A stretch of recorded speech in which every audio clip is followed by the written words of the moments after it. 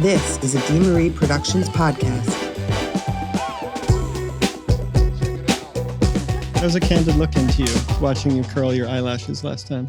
You can totally see. I have to do it. What do you mean you have to do it? Because I have really long, like, Italian lashes. And now that I've watched this back, I realize that if they're not curled, it looks like I'm, like, staring through a cage. So Really? I know it's a funny joke, but, like, it really does make a difference. Funny joke? I didn't think Well, it was... it's Aramis. Yeah, it was pretty funny to look over and watch you and your little vanity over there, like I know. Off-Broadway star. No, the crazy thing is that the thing that I use, the curler that I use is broken. Yeah. Usually it's like a lovely soft curve up. Mine is like a up because I'm using like a broken like a bend. thing. This is where I become a dude. Like, this is where I go from gay back to being like a guy, where I'm just like, whatever, it's good enough. My eyelash curler is broken, like, and I refuse to I have replace like a it. level of gay, and then I like get cut off That sounds like a product endorsement, like waiting to happen. from your lips. That's what to I mean. The Irish sweepstakes. That's what I mean. That's a nice way to open up this episode about presentation. It does, and I think, well, we can certainly talk about me too, because I have my own insecurities about that and like dress and everything. But like, where do you want to start on presentation? Personal presentation, especially with you. I know. I think because I take a lot of risks with personal presentation, which, you know what? Like, it's funny. A black Nike sweatshirt, like that level of... You wouldn't know it watching the pod. No, right. But I do I've always loved fashion. If I get invited to the right thing and I'm feeling the right type of way, I'm for sure throwing on a little look. I thought you were going to do that today because I did. I ran out of time. I think that presentation's always, it's the first thing that people see. It's like, obviously it becomes really critical. Yeah. I will say, like, as a producer, I used to run around on sets in the producer look, my version of that, which was like a booted heel and your like jean jacket. Well, no, now it's devolved into like, fuck that. Now it's just comfort. I am on like my big old like running shoes. Yeah. Things with lots of pockets. Yeah. Yes, I do not care about how I look as the producer on set. Yeah. That to me is not part of the presentation. By the time we get to set, everyone on there knows who I am. We've already had like a pre-meeting. You kind of get the vibe of what I'm bringing. I don't need to show up to impress you with the way that I look to be like, respect me because I'm wearing a suit on set. Yeah. Leave that to the talent agents. They love to show up looking all smarmy. And I'm like, okay, that's your vibe. I get it. That's part of your presentation. Playing the character too. They're playing a character. Yeah. I do think that presentation does allow you to play different characters. And that's what I enjoy about it. Well, that's what I wanted to ask you. For lack of a better word, I'm going to say point. What's the point of each individual look and when you deploy it? Well, for instance, like on this pod, like I am in more casual wear because I want these conversations to be casual, and they are. Like, yes, they're professional. And listen, if and when we get Barack Obama on here, like I'm not going to show up in a Nike sweater, but until then, like this very much fits our vibe. It's part of who we are, but it also sets the tone aesthetically. Well, I have questions about even that, but I'm at like one look at your Instagram account, right? Is like boots and heels and an eye, right? Like, so I'm asking, when you make those choices, what is it? I don't know. You're out of the shower, you're standing in your living room or your bedroom, and you're like I said, it's like the right event and the right mood. Yeah. Like a lot of it has to do with also like my body shape is better in certain types of clothing that it's not in the men's section. So now we're talking presentation. So what does it say? What does it say when you show up? You were at some gala, I think, and you were wearing the long skirt. Right? Some gala.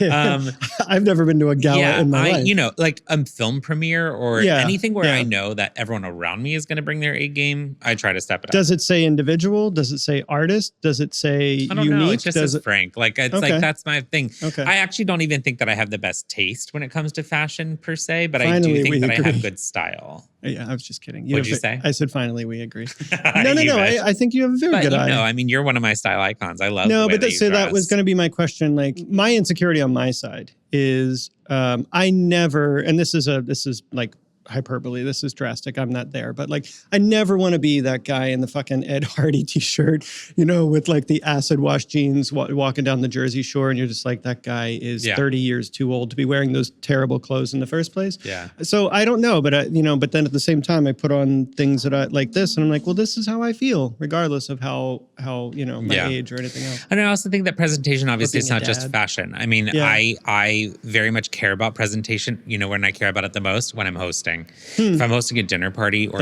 like a party in general, aesthetically, I want you to walk in with the right lighting. I want the flowers to be popping. Music. I want there to be a music playing. I want there to be a sound or a scent in the house. Like I do like presentation of welcome to my home. Like this is a big presentation of who I am. You're putting on a show of sorts. You're creating an environment that you've invited people to. We were always taught that. Like, you know, rare credit to my parents. Like we were always taught that. Like you never ever have, you know, the house is always vacuumed, everything's always cleaned, everything is always like exactly where it needs to be when you have people over. And we do that a lot. We have people over a lot at our house. You and Abby. Yeah. Now, presently. I think that you can also tell when people are overextending themselves though. And like that's not your normal keeping up with the Joneses type of a vibe. Like I don't do that. That's where I think some people get too caught up in the presentation in creating this facade of who they are or what they're about. And if the gap between your personality and your persona is too great, that's a terrible place for a human to live. Like that's got to be exhausting. And it's lacking. I mean, we're talking like in and out of like person and profession and everything, but it's also lacking the substance. You can't have the presentation without the substance, right? I think that's what allows for going back to like the skirts and the dresses and the heels and everything. It's like that all fits very much with your character. It's definitely on the one end of the spectrum for you. Yeah, it's not daily. Just as this is on the other end of the spectrum for you. Totally. Right? I've seen you on a boat, you know, like that's at that end of the spectrum, but it all fits. That is the dynamic of Frank as opposed to something that's just like wildly different. You know where it gets a little bit fucked is when you're dating. And when you're trying to present yourself on like the apps or whatever it is. Tell me about it. I've, you know, played around with like, let's say on Tinder.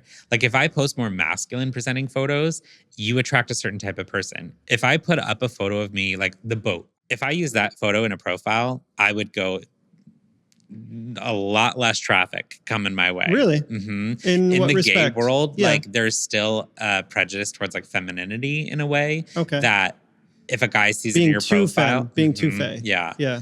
And so it's interesting. I think like timing and presentation, there's a correlation there. But isn't that just about preference? I mean, aren't there men who want somebody that is more feminine? Well, yes. Yeah, that's right. But that pool gets very narrow. Oh, it does. Is what I'm saying. As a preference, But I mean, it's not, look, I understand it's like perhaps heightened in the gay community, but like, I mean, look at this face, right? Well, no. I think it happens in both communities. Wreck up from the neck up. Like every picture of me, and I've never been on, I'm too old to be on dating apps, right? Like I did all mine the old school way, elbow grease and all that. But like, I am not. Turning tricks. I present very differently in the world. I've had people speak to me in very, let's just say, insulting ways, assuming that I am, you know, sort of like deficient in mental capabilities. Because of your aesthetic. Yeah, because of my visage.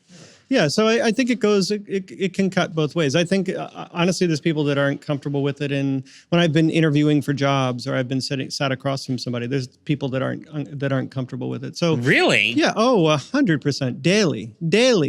Daily. Restaurants, coffee shops, Subway. I am so attuned just like to it panic? now. Some people, can we name what it is? We can get this out, but like, do you want to clarify? Oh, like about me? Yeah. Well, yeah. I mean, among other things, I have one eye, right? So one eye is prosthetic and one eye is not. One eye is real. And so because of the ramifications of the car accident, one eye doesn't blink. So when I'm on a call or I'm sat across from somebody and they're like, immediately something is wrong with this dude, or, you know what I mean? Wrong in quotes, right? No. And most people are very gracious and very like, we all have shit to carry, right? And this guy has that to carry. But do you ever have people who are just like looking at your other eye so specific? People will absolutely stare. And when I was younger and less secure than I am now and pre-married and all those things, yeah, I mean, oh man, the number of times that I've gotten into like verbal, almost physical altercations because of my own insecurity about somebody staring or saying something. I would totally understand. But I mean, that's a whole, like, to call this around presentation today, that's a whole hurdle for me, you know, different from somebody else. And I would say the way we're using yours is like an expression of self, and it's a very positive thing. Mm-hmm. Mine is like, I need to subdue some things in order to get to the substance of something. So it's just interesting. When it comes to work stuff, do you have a certain level of quality that you expect in how you present? 1,000%. You know, I learned from a coach very early on, an executive coach, that like what I had never been very good at in leading teams was I never created the foundation of these are my expectations. This is how I work. So day one, this is how we talk about things. This is how we disagree with each other. This is how we resolve, right? And this is the level of respect we're going to share with each. I never did that. I just assumed people came to the table with like the same kind of sensibilities as I did. So in the beginning, like I had to learn to say like, hey, by the way, don't show me shit that's work in progress.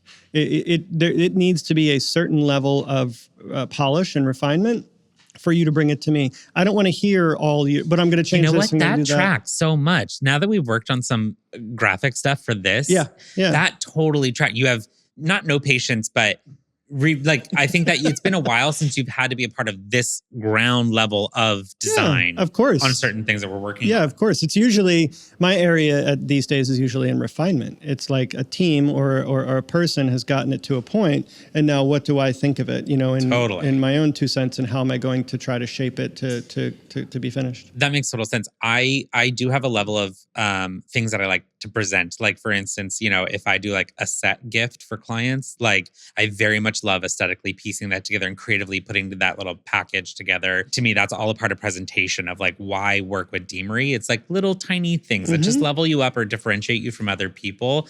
And then when it comes to actually, you know where I fall flat? Pitching. Like I don't know how to do like Photoshop or InDesign or like design formatting layout stuff. And so I'm very bad about aesthetically laying pitch material out to show a brand, this is what I'm thinking of doing. So the hack, like I love working with directors on their pitch decks. Yeah, their treatments. And and being kind of like, and just, you know, but you and I worked on a pitch deck together recently. We did. And I loved how that worked out. And it was great. And then your VO and your representation of it was pitch perfect, right? But I get the fact that like maybe in the inception of it. Which is a killer. I mean, it's the same thing for like actors who are great actors but suck at auditioning. It's like, I'm a great producer. I suck at the pitch material. Yeah. I can talk to you about an idea. So if I meet somebody and it's like a casual introduction and we can just have the conversation and talk transparently, those are my people. Like that's how I'm going to get you. I also wouldn't say you suck at it. I would say it's not the strength of your whatever you're offering. Totally. But on the other hand, I'm going to keep saying presentation. Like we've never done a shoot together where I haven't been personally picked up at the airport by you. Even when I fucking don't want to, even when I'm like, oh my God, early morning in New York, fly out to California. I just want to hop in an Uber and put on headphones and like, nope, Frank is there. No. He's standing there with a little sandwich board, like setting the tone. Always. Setting the tone is very important. And then I get into my room and there's always a gift, right? You always have like a nice bottle of bourbon and maybe some other accoutrement. You're very, very good at that. A bit old school for a man of your younger years. That's how I was taught.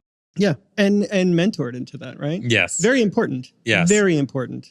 To me, strategically also, like that is something where I would rather spend the money on my existing clients in making you know how much I appreciate the connection and the relationship than having to invest in a campaign to get a new client. Yeah. Like right. That's why I'm a loyalist. Like I believe in you show up for me, I'll show up for you. Yeah. A gift is like just a little thing. But then also like, if there's loyalty there, you're not just getting the 9 to 5, Frank. You're going to get me at all hours. And I'm going to actually care about how your project turns out. It's a difference maker. It's also hard to maintain. Right. I'll say like for myself and my own personal standards, my own ways of working, even that can drive me crazy sometimes. You know, when you do it for years and years and years, it's a lot to maintain. I imagine for you as well, right? Like every client that comes through has to get that sort of level of personal care and personal touch. Not everybody is equal.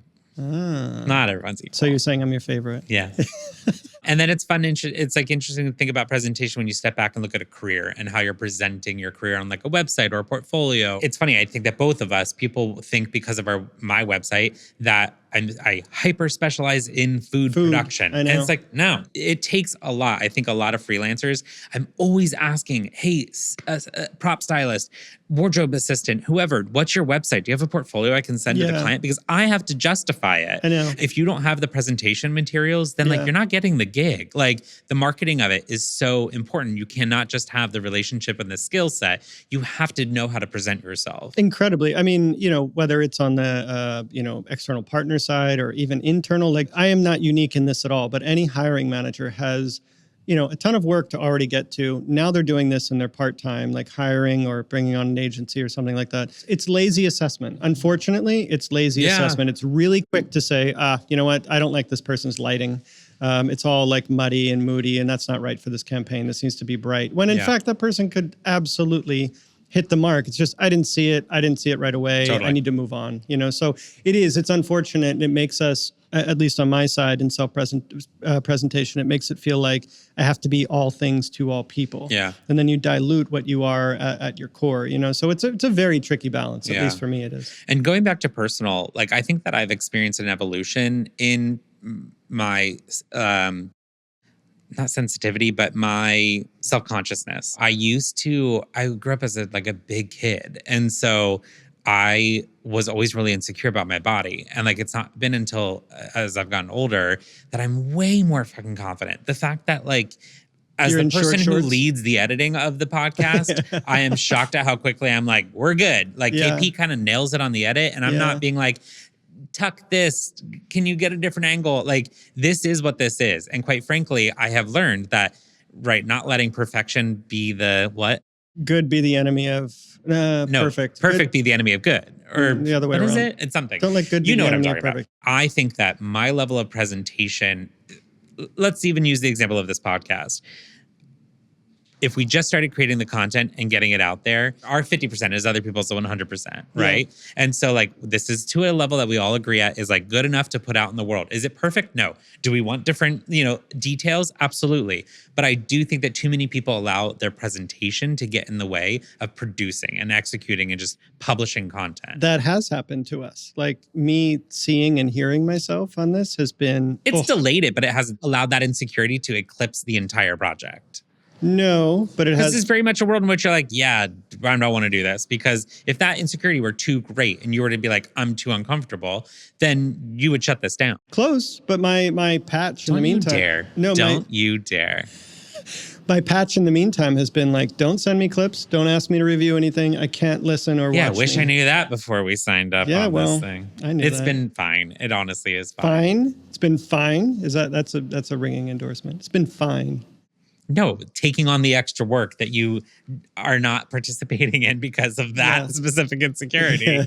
Yes, it's fine. Well, it's Leo behavior, right? Wait, are you a Leo? No, I meant you. Oh. I guess I don't know fully what it means to I don't know either. But Abby is a Leo, and all the Leos in my life, of which Carly, Jaime, Darcy, these people you don't know, but I'm just naming them anyway. I know Jaime, I know Darcy. I know. They're all oh, enough about you. Let's get back to me, right? Wow. Abby has a birthday week, not a birthday, right? It's cute. I mean, it's self-celebration. Yeah, I don't. I'm I'm the opposite. Well, someone who knows a lot about presentation, our beautiful guest, Miss Amanda Wilson. Should we bring her in? Yes, please. Very curious to get your thoughts on presenting yourself. Living it, right? You are, in a sense, a walking presentation of your skill, of your taste, of your preferences, right? Francis? Sorry, I was just looking at my camera. I know. That's going to be great for social. Amanda's here. Yay! Welcome to the pod. Thank you for having me. You guys are my first. You popped my cherry. Oh, I love a pod cherry pop. I didn't think I had any left. Leave it to a gay man for your last cherry to be popped. You guys will find them all. We've been knowing each other for a while now. We have. It's been a few years in the industry, in the biz. For me, where did you guys meet? I'm guessing on a shoot, right? Honestly, I don't know how we got introduced. Somebody must have recommended you, but hair and makeup and just an incredible on-set, comfort to have. It's one of those things where it's you do start to recognize after years of doing this, who's just going to fucking show up, do the job, and be a joy to be around. And that's Miss Amanda Wilson here. Thank you. I try. You've been doing hair and makeup now for how many years? It's been 12, I think. Yeah. Are you from New York? No, I'm originally from Miami. Oh, okay. But I've been in New York 12, 13 years now. Yeah.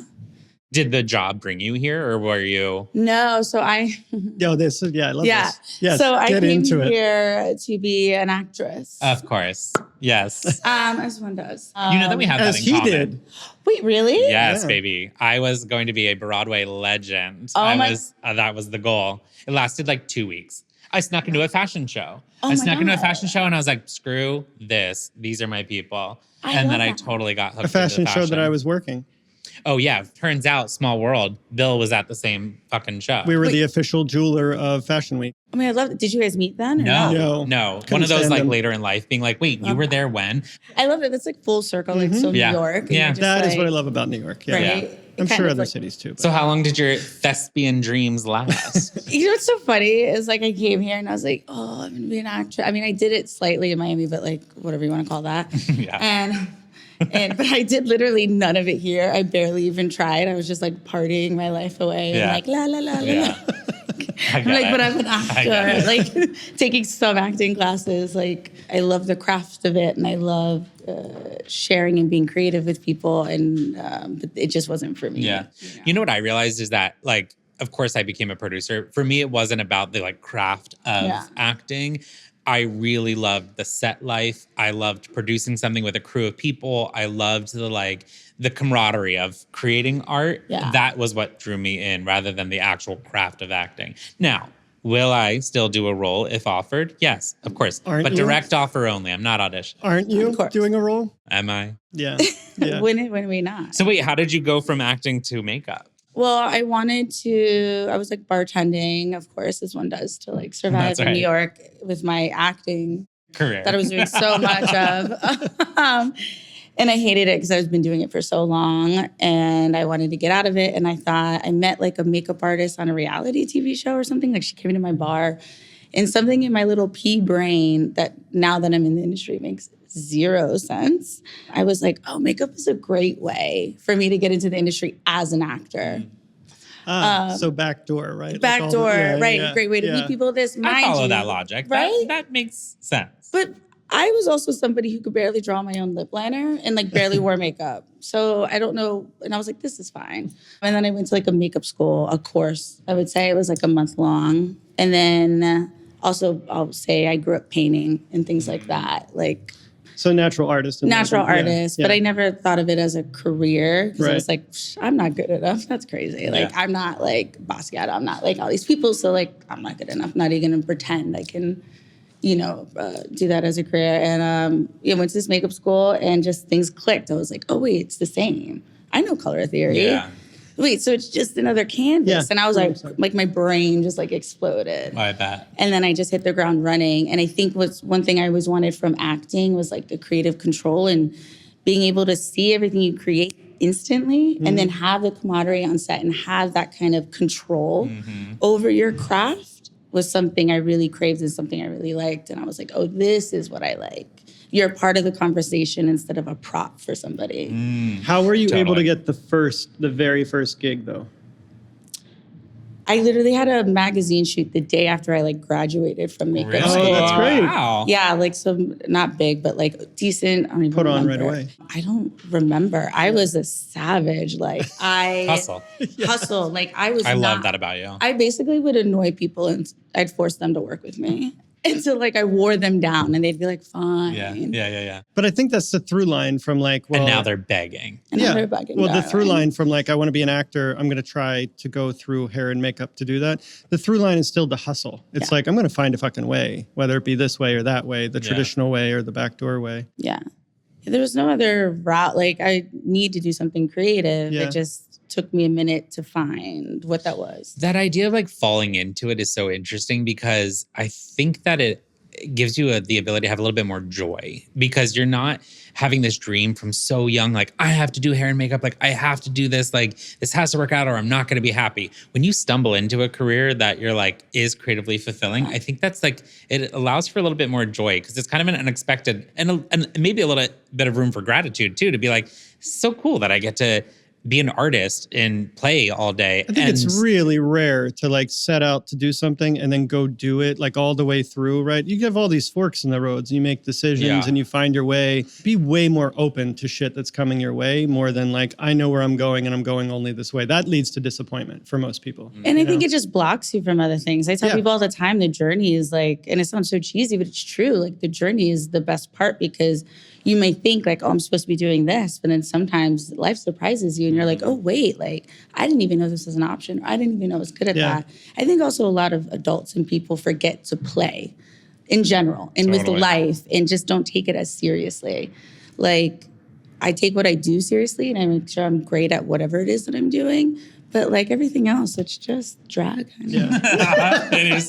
That's right. That is exactly right. That is so funny. you do both hair and makeup, and I'm curious, like, is that strategic in terms of being able to like diversify for your clients, or is that just like no, you're skilled at both. You like to do both. So I am a makeup artist that learned hair. Okay. I've always been very passionate about my hair. My hair has always kind of been my thing, and I've always been obsessed. So I learned kind of as I went. And when I started out in the industry, I noticed a lack of people doing both. And I was like, ooh, it's a great way for me to also get jobs. Because I'm like a 2-for-1. My price isn't 2-for-1. But do people often think that because you do both, that it's a discounted thing? Yes. Yeah. I'll never forget the first time I had an agent meeting with an agent that no longer exists, thank God, because they're a horrible human being. I went into the meeting, gave him my book, and this is when we had like books, right? Like I was at the tail end of having like a physical book, and I worked like a year and a half building this book and did a thing. I was very proud being able to do both hair and makeup, still like learning my hair, talents and stuff. And he literally said to me, hair and makeup combo is like a waste, and you are basically like a discounted item. I can't like sell you, like you can't do both. And I was like, that doesn't make, he's like, no, you don't make as much money. I was like, I think you're just doing it wrong. Yeah. I left his office hysterically crying. He basically told me to leave the industry. Like I wasn't good. Like I was like, oh. Jackass. I remember crying to my mom, like, and I got out on like 22nd and 6th being like hysterical. But now I also think that that's so like nearsighted because that was trendy of the moment, but it wasn't the future. I started in 2011 in actually honestly like 2009 in Fashion Week. And so same, I'm tail end of old school learning, old school agent work and books. There was a time where being specialized was like what they wanted. It's just like that's what people were hiring for. Now, completely opposite. We talk about this all the time. Like you kind of need to be a jackie of all trades these days. The versatility. And people want you to be able to knock out multiple things, but that doesn't mean that you are doing it at a discounted rate. Right. Like you can demand top dollar now and do both hair and makeup. Do you know what I find interesting is I'm realizing only until recently, because there's a lot of makeup artists that I know. It's more common for a makeup artist to do hair than it is for a hair person to do makeup. That makes sense. Because we can easily just like style, like, curl, whatever. Like I actually take the time, like I know how to do extensions and wig, like it took time, but like knowing how to do a lot of things. They don't want to do it. They'll do it if they have to. I enjoy doing both. I like having the full creative control, but I also like working with somebody else. It makes my life a lot easier. Timing wise, that's also, I've always appreciated when there's hair and makeup. If there's multiple talent on set, hair, makeup, and maybe an assistant for both, like one assistant to do both. If there's continuity too, budget right? each. Like the vision is coming from one person who, like, we'll get to this in a moment, but like the styling, the way that you were styled. Like I would meet you and I'd be like, yeah, she knows what we're doing. We're doing this. Well, you have great style personally, but also like your on set style. It's always like, man, is the coolest one dressed on set. Like it just is what it is. Is that a part of your presentation for clients? Like when you're on set, do you think about that? Absolutely. Yeah. I very, very much think about my aesthetic when I'm going on set, who I'm working with. I noticed it was a couple years ago, it was a little heavier because of some health stuff that I didn't realize. And I just was like, oh, I'll just wear like cool sweatpants and I'll wear cool whatever. And like, I looked cool, but it just wasn't as maybe put together or presentable. Also because I felt some type of way about my body. And you work in fashion, you work with celebrity. And like, it's hard. And like, you don't get taken as seriously. And I'll never forget, I was on a shoot for The Cut and Tiffany's. They were doing like a collab. And it was early in the morning, like, I don't care, right? But I literally had like this like $600 sweatsuit, but it was like a cool, it's what, like, it was like a moment years ago. Like cool sneakers, the whole thing. One of the women from the Tiffany's team looked me up and down and went, wow, it must be so nice to be comfortable. There's a lot of shit on that company. Yeah. Still to this day, it's in my head. Yeah. But then I like got my health stuff together, lost weight, and then you feel more comfortable, confident. Yeah, make more money because I've been in the industry longer and like was able to like style myself and wear things that I wanted and kind of like leaned in, you know? I was just saying like I was I've gone the opposite direction. As when I first started off, I was trying to play the character of producer. So I very much showed up with like the look and I was like, I can't move a box. I'm in a heel. Like I was very much giving the character. Now I am not. I want things with pockets. I want to be comfortable. I'm in sneakers, like, because I am running around working and like, guess what? I'm fucking top dog on set other than clients. So like, who the hell am I trying to impress? You know? But that has only come in like recently. That's not usually me. You're trying to impress me, I think. I mean, well, Bill's low-key my style icon and he hates to know that or me to talk about that, but Bill's great. Have you not taken jobs in your selections because they haven't aligned with your tastes and sensibilities? Like, have a client come to you and said, like, we want this done, it needs to look like this, and you're like, oh, I'm not the person for you? Or do you feel like you're flexible to get there? Listen, I'm a whore for hire. Ding, ding, ding, aren't ding, we all? ding, relatable. You know, if the money is there, she is. I will make it work. Honey. You said you want pigtails. I'd be like, I'd be like, you don't need to tag me. Don't worry. We've all. You're not taking that set photo to show off your work. One for the real, one for the yeah. We all have those jobs, those clients like we don't talk about. To be fair, I think I've offered you a few of those. It's a check is a check. Listen, a check is a check. But like, I still love what I do, and I'm going to still make it amazing. The only time I'll turn down jobs if I know I don't like working with that person. Yeah. Like I don't. Talent or on the crew? All of the above. Okay, fair. I've had both bad experiences. And you know what? Isn't that a blessing to be in a place in your career where you can actually pass on something because you're like, I'm not going to enjoy myself. Like, this is not worth it. Well, and like earned, when you talk about like staying open, you making decisions, like when you look back and you were bartending, wanting to be an actor, and now where you are, right? You're now like, I can be selective. I can do what I want to do and how I want to do it. Absolutely. It's just an amazing arc to get there. You know? When now you have had agents that you've worked with, different agencies. I'm curious, like, to get your take on what the relationship is like for you now that you are in your career and you're in your groove. You can expect things from your agent and maybe have a higher standard than what somebody who's starting off. Like, I think about actors all the time. They're like, please sign me. And they're looking for any agency to sign them. Whereas when you're working in the career, now you know the agencies. Now you know what clients are in which agent's back pocket that could represent you and what the board looks like that you're also going to be on and put up against by the agencies. I mean, are you thinking that deep into agent selection and how do you currently work with your agent these days? I think because I've been in it for a while and I've met so many agents and I've had a couple, I think you think like, oh, you're up against the board and like you look at all of those things, but in reality, an agent makes the agency. So if you don't have a good agent that really gets you, has your back, which I've had almost all of them just don't really get me. They don't know how to sell me to clients, which is the biggest thing. I've had one good one, amazing one. That's the whole thing. And because it's a collaboration, right? Like it's supposed to be. And all agencies, they play favorites. So they'll have their little pocket of favorites. It doesn't really matter what kind of jobs you do or you don't do. If you do great, they don't really care. They just care like, oh, are you in the new Mac campaign? Or are you working with so-and-so? Like that gives us clout.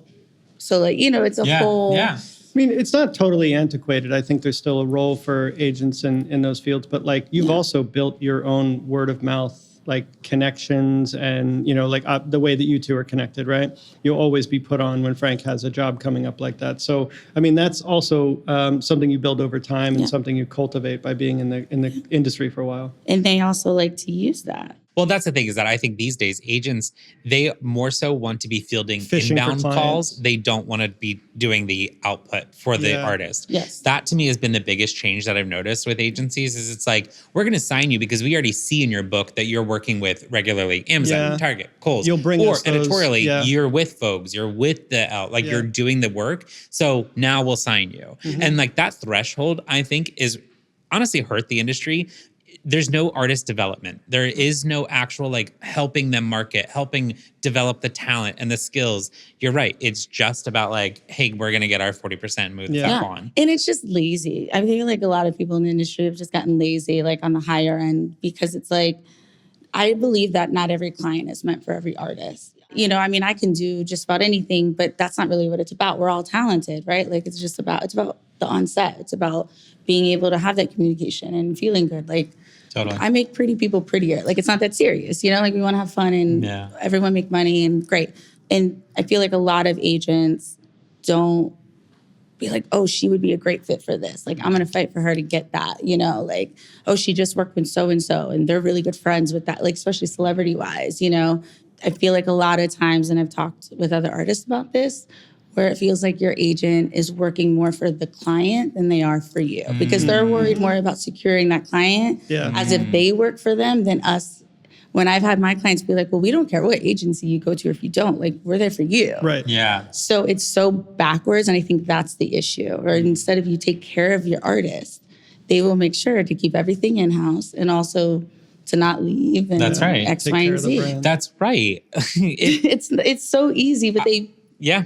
And I feel that too. There are many times where if you have the relationship with the artist, like I'll reach out directly and just be like, hey, if there's somebody that I need to be speaking to on your behalf, let me know. Right. And you can tell if the artist does or does not have a good relationship with their agency because they'll be like, no, we can just handle this directly. Right. Or they're like, no, send it over to so-and-so. Like they'll take care of it. There's night and day. And it's very clear who's got a good relationship with their agency. And What's your they're preference? few and far between. For me? Yeah. I mean, I'm a direct guy. I'm kind of like an old school handshake deal kind of a guy. I mean, everything's on a contract and stuff like that. But, I would much rather be able to text like, hey, what's your availability on these before I put you up for something? Or like, I've got something I can book you for directly. Like, can we just do this quickly? Yeah. And, you build the direct relationship, but I also do respect the agency system. And I never, ever, ever want anybody to think that I'm trying to go around. At the end of the day, I know what rates are and I know that they're agency fees. And quite frankly, half the time, if I'm like, hey, this is the budget and like you let me know, like, do you want to give your agency that 20% or not? I have it. It's not that I'm saving money by booking you directly. Yeah. Right. I'm giving you the option of like, do you want to pocket that extra or do you want to give it to your agency? Well, and a lot of times it cuts into our rate and they won't even tell us. Really? There's a lot of shady stuff that happens. Yeah, But that does yeah. make sense. That makes sense that they would like they get theirs no matter what Of your course. your rate is. Yeah. I mean, New York's like the smallest little big city in the world. So like, what is your relationship to your peers, to your like the other artists? I'm sure there's some that are like, I don't want to see that person ever run into them on set. But are there some like you're like, oh, these are really good ones. You maybe even help each other out. And like how competitive? That's ultimately. Okay, I'll say this. I have a lot to say about this. I think because I was an artist that never did shows, like Fashion Week and fashion, like I'll get my clients ready for the shows, but then I'm like, bye. Yeah. Because I did now it. you're a celebrity. You said you never did like makeup behind the. I did it like once Got it. because I tried everything when I first started and I hated it. Yeah. I don't like the chaos. That's a tough environment. I don't like people telling me what to do unless you're a client, you're paying me a lot of money. Like, but that's a collaboration. Like I can't. Totally.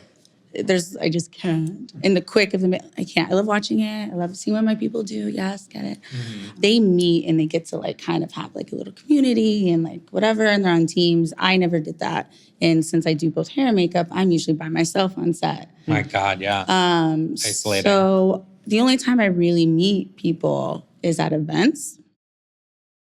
And there's just there's a lot of competitiveness. But it's really passive aggressive, which I really don't do well with. And I'm not somebody who plays the game because, to be honest, I don't really give a fuck. Because I just think it's so silly. Like, I don't want to sit and talk with you about, oh, what job did you do? How did you get that? Like, I don't need to do a pissing contest with you guys. Like, I want to support. And I'm like, yeah, fuck yeah, get that. Like, I personally don't believe in the competition of other artists, like I said, because I don't think every client is for every artist. Yeah. And if you can steal my client, then that client doesn't, then they don't like... They don't value what they you're don't value. bringing. Yeah. And that's okay, because trust me, they always come back. Right. But also, like, maybe it's a better fit elsewhere. Like, and I do have clients that like bop around. Like, you have to learn, I learned to take my ego a lot out of it. So there's a lot of that when I meet. But I do have, now that I'm like, I've been in the industry a little bit, I have been able to meet a handful of like amazing people who I can call if I need like advice. Good. Or like, hey, I need an assistant, or like, you know what I mean? Things like that I can text. Like, is there a lot of mentor and apprenticing going on? I haven't never had that. Really? Unfortunately, I got a lot of hate when I first started in the industry. Like I used to get hate emails from older artists. I'm not even kidding. Because I moved up really fast. Okay. And it was just Reminds like... me of Kate. Yeah. Right. Yeah. It was just like, and I was like, what the fuck? Like, Some of our favorite people have all been like apprentice and like shot through the roof like Yeah. quickly. Those are And gotten the rancor for it on the other side. yeah. Like, I mean, I had an agent within my first year of doing that. Like, that's not a thing. Not a you know thing. what I mean? And I started working with celebs and started doing other things. How is the networking then on the client side for you? Like when you are on Great. set, what do you try to do to make sure that you get that call again? Or also, a lot of your clients these days are celebrities, so you're not dealing with brand execs or producers. yeah. You're dealing with celebrities Do directly. both. I'm curious, like, how are you maintaining your roster of clients? I think for me, what I love about what I do is just making people feel good. Like I love, and whatever that means, right? So that shows up in different ways depending on what set I'm on. And I just love what I do, and I love being on set, and I want to talk to everybody, and I chill, like kiki, like I take care of my talent. That's something I can't help but do because so many people don't. Even my celebrities, even if they have PR, like I know when to step back and when not to, but I don't even care if it's like a background actor I'm working on. Like, do you have water? Do you have this? Like, I'm on top of them. And I think that's my biggest thing. I've had a lot of clients say that. Like, I feel so taken care of, and I know I don't even have to think about. And I go, well, that's part my of the job. presentation, right? We Right. talked about that on the upfront with you, about like all of it is important. Not only like how you show up personally, how you perform, but also like those smaller interactions. Yeah. They make somebody think, oh, next time I want to call that person again. I like working with them. Well, and you know what? So I've always loved the relationship between talent and hair and makeup or glam because your last touch, like you are the last touch before they start talking to the camera, and you're the one who gets to jump in to be like, hey, hold on just 1 second. Like, pat, dab, dab, dab. How you doing? Are you okay? Like you can check in with the talent in a very unique way that directors can't and that producers can't. Much more intimate, Absolutely. It's incredibly intimate. right? We're You're in their face the most. Like you're touching their face. like I'm in their lap half the time. Like glam people in general, like we're the ones actually literally getting them ready to go on stage, getting them prep, giving them the pep talks, doing the things. I've had a client like where she was gonna go on a late night show, hysterically crying about something literally 5 minutes before. I said, babe, do what you gotta do. Cry it out right now. You got 2 minutes. I'm gonna fix your makeup. All you gotta do is a 3 minute and whatever 30-second song. You're gonna hold it together, you're gonna fucking kill it. And then you're gonna come back and you can cry again, it doesn't matter. I go, you got this. And she's like, you're at it, fucking got this. I'm sure you see a lot of insecurities in those moments, right? Absolutely. Even among like the top dogs, right? And you Even more so. become like therapists in that moment. Absolutely. Yeah, I'm Yeah. curious, like how many people that you're dealing with, we can stick to celebrities, like you help create their facade. And sometimes that facade can be a safety, like a security blanket for them. That can be something that helps them become more empowered and emboldened and like wake them up and bring them into their persona versus their personality. Do you see all types of gaps between those two things? And Absolutely. Like I've seen clients like turn it on. I mean, even me and my presentation is a facade. It's my mask. It's my, okay, turn, like now we're working. You're that, Oh, you're Amanda's that girl. here. Amanda's here. She's that Hurrah. girl. You know what I mean? Like, so I get it. And I'm very delicate with it. And I want to help them in whatever way I can. And I kind of love seeing them like turn off, like on off. Yeah. And come into their power and do their thing. Because a lot of times they're like sleeping or they're exhausted or they've been on tour and they need like a safe place. Like, especially when we're doing press tours, we're running around all day for 12 hours. People are asking them the same dumb questions, all up in their face. Blah, blah, blah. And sometimes, you know, maybe they're hangry or maybe this, and you might have like not a great experience with them. And you're just like, they're human. Give them a break. what is you know? the last like thing that you do that make people like that clock in? For me, it's lashes. If I'm doing drag and I put lashes on, then I'm like, there she is. I'm like, got it. I mean, I don't let anybody see it until I'm fully done. I try not to because Your talent, really. well, because there's a lot of chaos to like how I do makeup and it won't make sense until the after. They'll be like, oh, that's too much. I'm just like, just wait. Like just it gets wait. worse before it gets better. Exactly. Like, I'm like, just wait. Yeah. I got to deconstruct I got to that. read it. I And they'll be totally like, get that. Canvas. It's a canvas. right. And then sometimes because they're insecure, they'll keep busting. And I'm like, stop fucking moving. Or they run away. I'm like, come back. Yeah. The ADHD, and, you know, they're all mentally unwell, samesies. But yeah. And I'm like, do you prefer when talent sits still and just like zone out or fall asleep? Or do you, like, I always think about when hair and makeup people are like trying to do shit and you see the like, behind the scenes and they're talking and they're flailing around and they're talking on the phone. Yeah. On the phone, like, doing or texting. that's, to me, I'm like, that's rude for you. Like, you should give you the time and the respect to like focus and sit there and be still. I mean, to an extent, I got over that. Like, you know, they're busy and I'm with them. So I know what their schedule is like. They do have to do these things and they do have to talk. So you just work around it. And sometimes if they are being annoying, I just tell them. Yeah. I'll be like, you want straight latches? Bitch, you better put down your fucking phone. Yeah. Or your shave this eyeliner. eyebrow off right now. I literally was like, your eyeliner going to be like, "Loo, loo, loo." Yeah. You tell me. Yeah. You know, if you're good with that, then God bless. You Right, know? right. And then it's just, you know, especially working with musicians, you just got to roll with the punches. I kind of love it. Like, How do you handle the conflict in that? Like, there's got to be sometimes when like tastes don't align, whether it's a brand or it's a celebrity or it's a musician or something like that, where you're finished and they're like, not what I had in mind. How does that resolve? happened. I mean, I had to learn to really take myself and my ego because it's not about me, right? It's really not. Like, it took a long time to figure that out. It took a couple panic attacks with bad clients. It took things to really... Stop it. No, I love directness, right? Like, love it. Yeah. At the end of the day, I would tell people, I'm like, it's makeup. We can take it off. It's not that serious. If you don't like it, babe, fuck it. We'll just take it off. Yeah. Just tell me. I hate the like, oh, it's great. And then they don't feel great. I'm like, no, just tell me. I like visuals. I'm like, give me specific. Because I'll have somebody be like, I want natural, no makeup. And they'll show me like Kim Kardashian. I'm like, not the same, my love. Not the same. Yeah. So I like to like, I'm like, get me inside of your head. Right. I did work with one brand that made me want to quit makeup. No. They were What so category horrible. was it in? Like what? The brand, was it a makeup brand? No, or- that's the worst part. They were a lingerie brand that wanted to collaborate with me, and I hope they're fucking watching. Begged to collaborate with me to create looks for them, and they made my life holy hell. Because the creative was off? I thought I had more control. They asked for too much without wanting to pay. It was just a lot. And then on set, they were right here trying to tell me how to do my job. Where it got so bad, I said, okay, you think you can do it better? Do it. Like when those people, not celebrities, but when those people are in your ear, who are those people? Art are they directors. the Franks? Yeah, okay. No, Art it's directors, like and creative have directors. respect, And, right? yeah. Like it's learn how to talk to your talent, like speaking down to somebody, you're telling them like specifically how to draw a line. Yeah. I swear I'll throw a chair at you. Like I literally like will walk off set and I don't give a fuck. I don't give a fuck. Yeah. I mean, at I don't some care point, who you just are. burn it all Don't down. disrespect me. I don't disrespect you. Yeah. I don't tell you to shoot. It's fine if you don't like something, we can talk about it. Yeah. Of course. Yeah.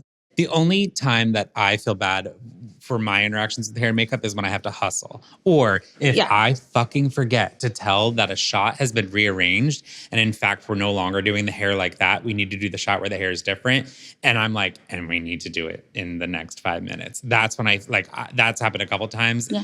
And you'd have to know that you can like, I'm sorry. And like, you know, we're not going to like dwell on this. We're just going to move forward. And like, I got you, I swear on the next one. Like, Do you remember we did that shoot in California and somebody yes, came out I of the do. trail? I specifically remember we had a very top tier talent. Literally first shot of the completely out day. of glam, wardrobe, everything. And they came in hot in the morning to begin with, which is why there wasn't clear communication because Right. they came in a little like, With a big team. don't look at me. And, Yeah. and then we got yelled at and they were like, why is nobody looking at me? And it's like, which is it? Like, what do you want right Yeah, now? that was- yes, that sucks. It was a rough. And honestly, then, okay, fine.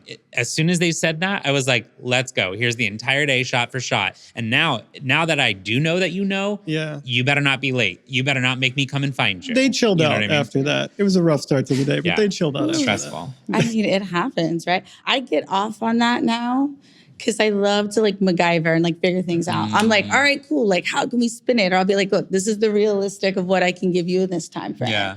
And I had to learn to let go of the perfectionism, Yeah. which I'm still learning, where it's like sometimes things are going to happen. Do and- you prefer to stay behind like in the trailer doing like the base makeup, or do you like to be? Do you No. send an assistant on set to do No. touch ups, or no? You No. like to be on set doing the touch ups? I hate having an assistant. Really? I have great assistants that work with me. It's nothing against them. I just don't have them enough with me to be a second. And also, I'm just too controlling. Right. I feel like you hire me to have me, so I should be your there. vision. Yeah. Yeah. And also, like, I see things like people just don't see it the way I do. I hyper focus. I can see things. I know when to step in, when not to. I know when to kind of let something go and maybe let it go natural, or like be like, no, I need to. Like, we need to stop. Have you been able to get to the point where you can just like require your own monitor for glam? Oh, I do every time. You do.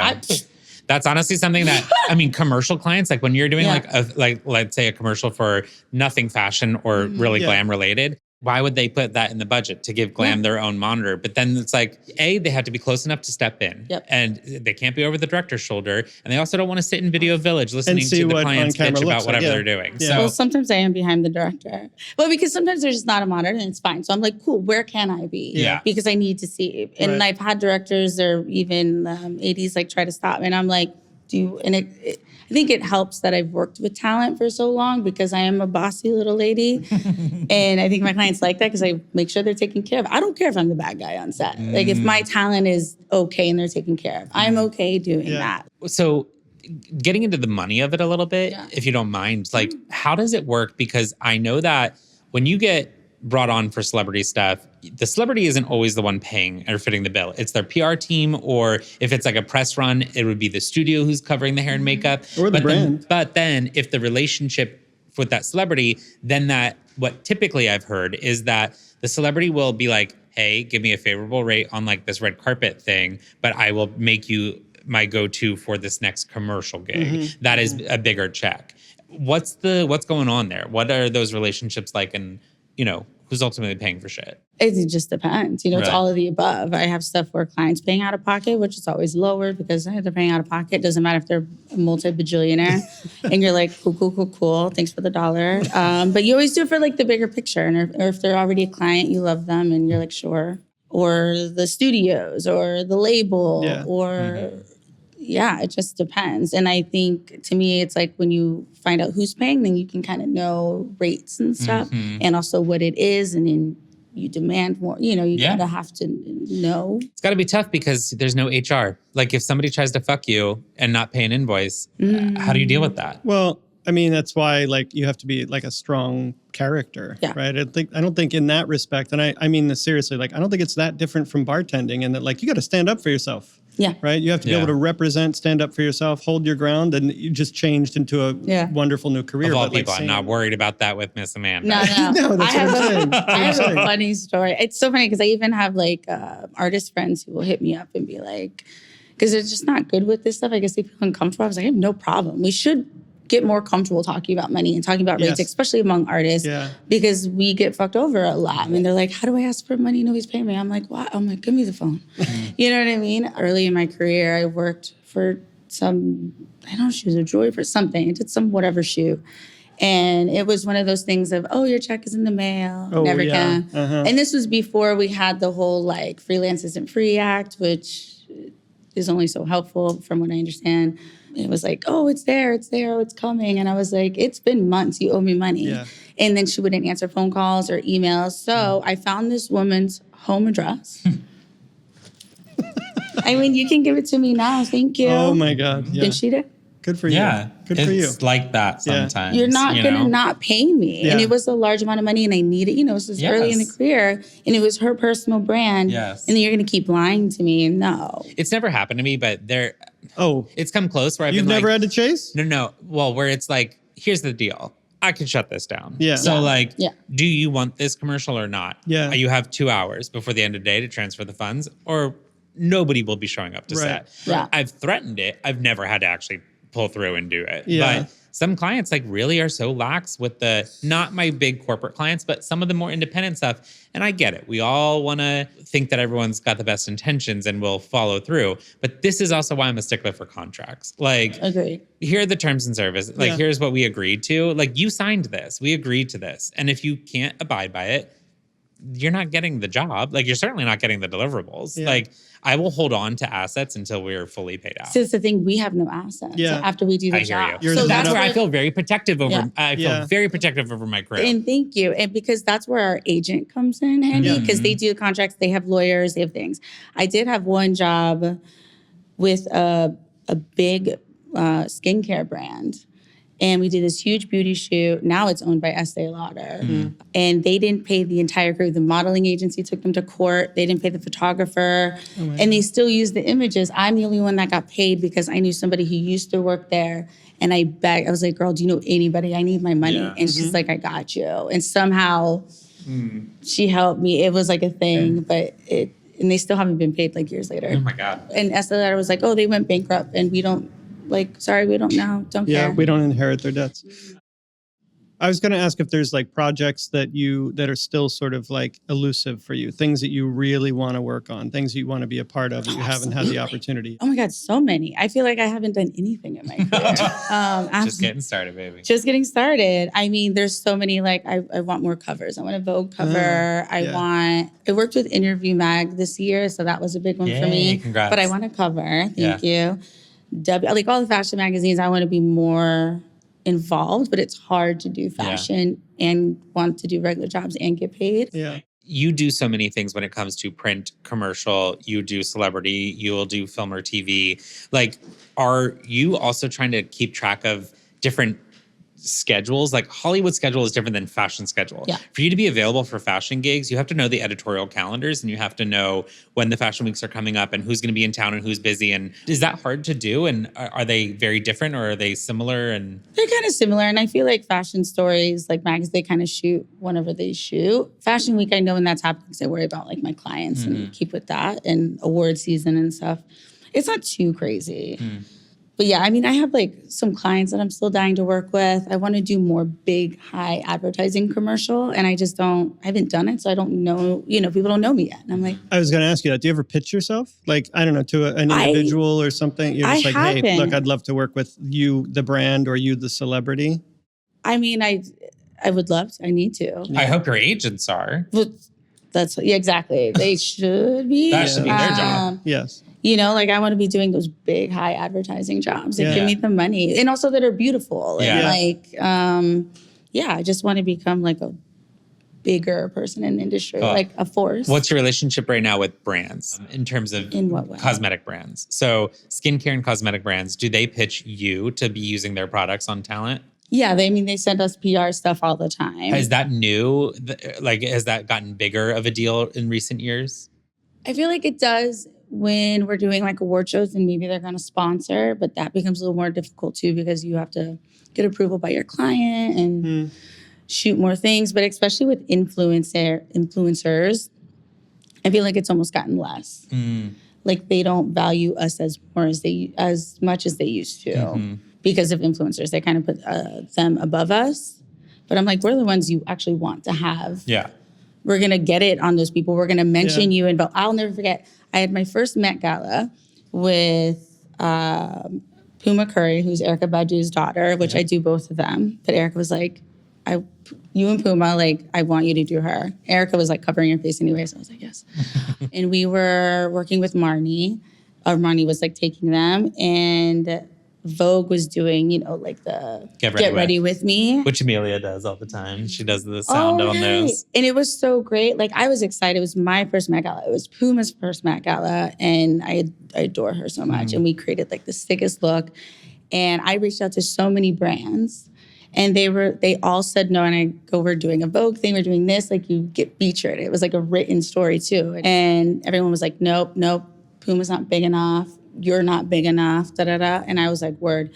So when Vogue interviewed me and they were like, oh, do you want to mention any beauty brands? I literally told them, and I think they wrote it too. I said, nobody wanted to sponsor us or even send us anything specifically for Met Gala because they didn't think we were important enough so they can all fuck off. And now here they are. In the print where their name would have been. Exactly. Yeah. I was like, that's mass. And it was everywhere because it was Erykah Badu and Puma Curry, for Marnie. Like, I was like, come on. She was just DJing in the Hamptons. She was, right? So what is that like for you in terms of, I think a lot of makeup artists tend to consider their own collections down the line or being brought in to consult on collections or collab, because we've had experts on where the biggest difference that I've said this before You have touched 1,000 different faces once. You have a wider variety of experience than the influencer who's touched their one face 1,000 times. Yeah. And so that has to still be valuable to